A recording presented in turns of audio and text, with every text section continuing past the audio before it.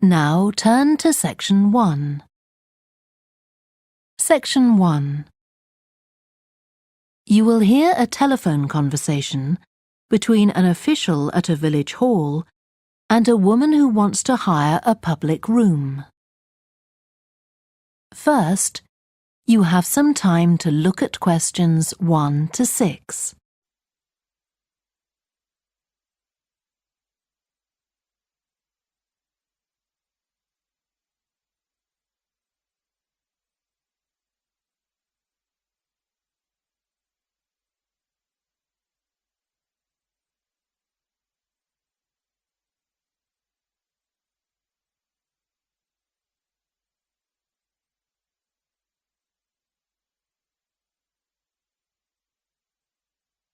You will see that there is an example that has been done for you.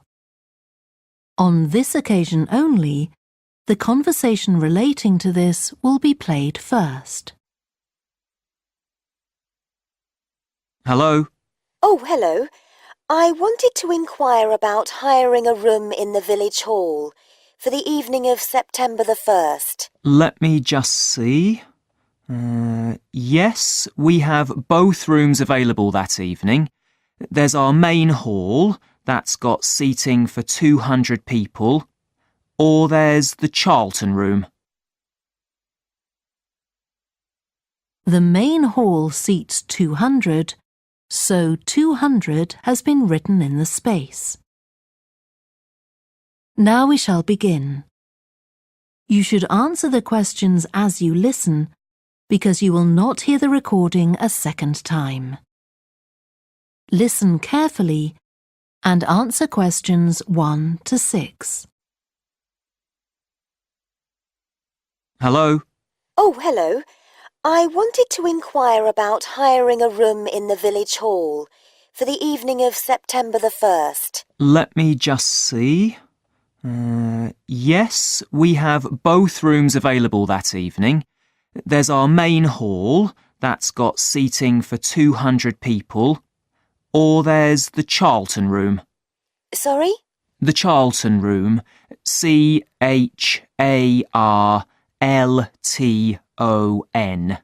That's got seating for up to 100. Well, we're organising a dinner to raise money for a charity, and we're hoping for at least 150 people. So I think we'll go for the main hall. How much would that cost? Let's see. You wanted it for the evening of September the 1st? Yes, that's a Saturday. So from 6 p.m. to midnight, that'd be £115. That's the weekend price. It's £75 on weekdays. That's all right.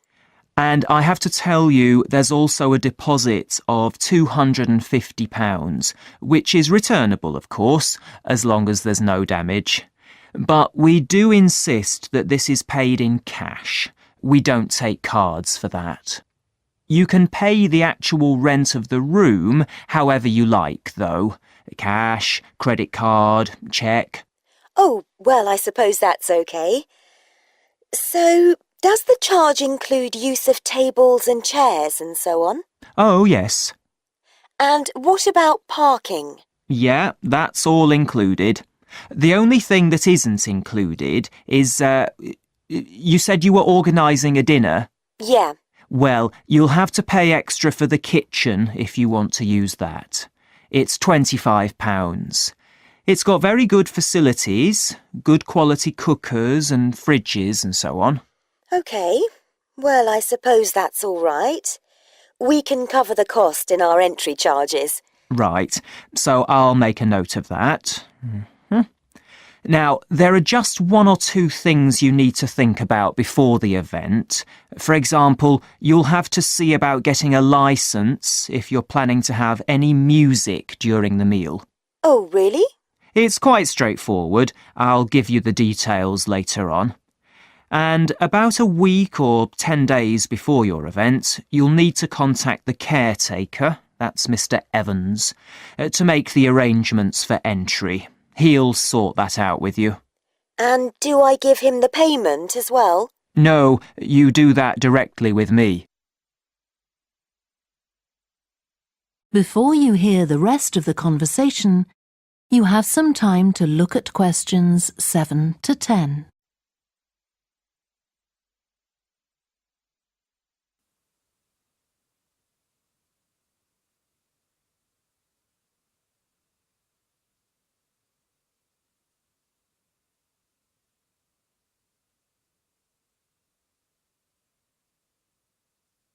Now listen and answer questions 7 to 10. Right. Now, is there anything I need to know about what happens during the event? Well, as you'll be aware, of course, the building is no smoking throughout. Of course. Now, are you having a band? Yes. Well, they'll have a lot of equipment, so rather than using the front door, they should park their van round the back and use the stage door there. You can open that from inside, but don't forget to lock it at the end. OK.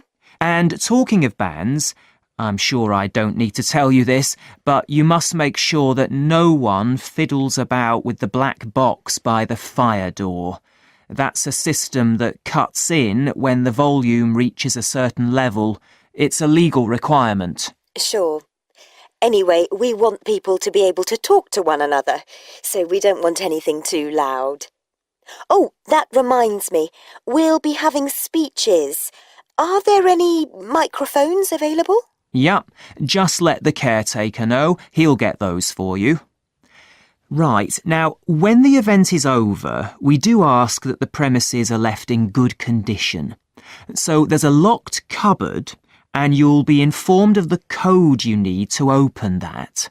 It's got all the cleaning equipment, brushes and detergent and so on. Right. So what do we need to do after everyone's gone? Sweep the floors, I suppose? Well, actually, they have to be washed, not just swept. Then you'll be provided with black plastic bags, so all the rubbish must be collected up and left outside the door. Of course. We'll make sure everything's left tidy. Oh, and I forgot to ask. I presume we can have decorations in the room? Yes, but you must take them down afterwards. Sure. And the chairs and tables should be stacked up neatly at the back of the room. I'll make sure I've got a few people to help me. That is the end of section 1. You now have half a minute to check your answers. Now turn to section 2.